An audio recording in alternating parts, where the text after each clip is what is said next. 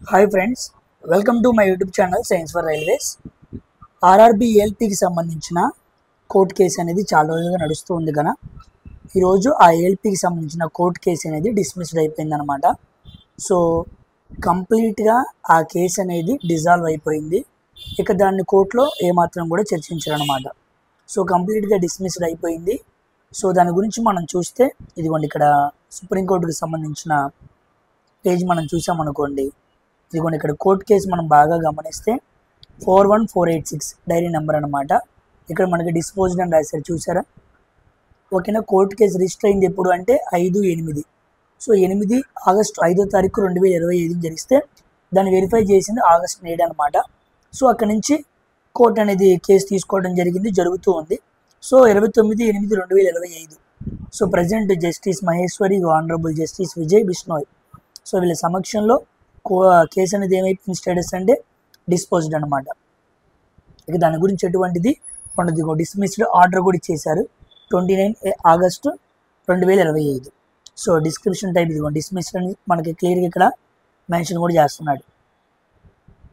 ఓకేనా. ఇదిగోండి, అనిల్ కుమార్ యాదవ్ పిటిషనర్ తరపున ఉండే జడ్జి ఎవరంటే, అదే అడ్వకేట్ ఎవరు అంటే నిధి శర్మ అనమాట. సో రెస్పాండెంట్స్ ఎవరు సమాధానం ఇవ్వాలంటే union of India railway requirement boards, వీళ్ళిద్దరూ కూడా సమాధానం ఇవ్వాలి. సో దీనికి సంబంధించిన ఈ పిటిషనర్ కానీ వీళ్ళ మొత్తం వాదన విని మొత్తం కొట్టేయడం జరిగింది. యాక్చువల్గా మనం ముందే మాట్లాడుకున్నాం, ఎగ్జామ్స్ పెట్టేసిన తర్వాత, సైకో ఎగ్జామ్ నిర్వహించిన తర్వాత, ఒక 3 స్టేజ్ ఎగ్జామ్ నిర్వహించిన తర్వాత ఇలాంటి సమయంలో దాన్ని క్లోజ్ చేయడం అనేది జరగదు. ఒకవేళ నిజంగా అక్కడ ఏమైనా జరగకూడని తప్పు జరిగితే క్లోజ్ చేసిన అర్థం ఉంది.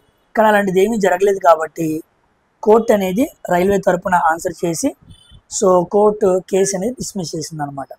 ఓకేనా. దీన్ని మనం ఎగ్జాక్ట్గా మనం చూడాల్సి వచ్చినా ఇదిగోండి, మీరు సుప్రీంకోర్టు ఆఫ్ ఇండియా వెబ్సైట్లోకి వెళ్ళినా డైరెక్ట్గా మీరే వెళ్ళండి.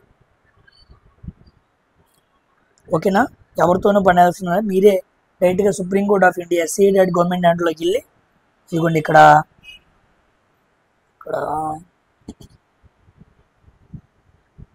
సర్వీసెస్లోకి వెళ్ళండి. ఇదిగోండి కేస్ స్టేటస్, సర్వీసెస్లోకి వెళ్ళి కేస్ స్టేటస్ కొడితే ఇక డైరీ నెంబర్ అని కొట్టండి.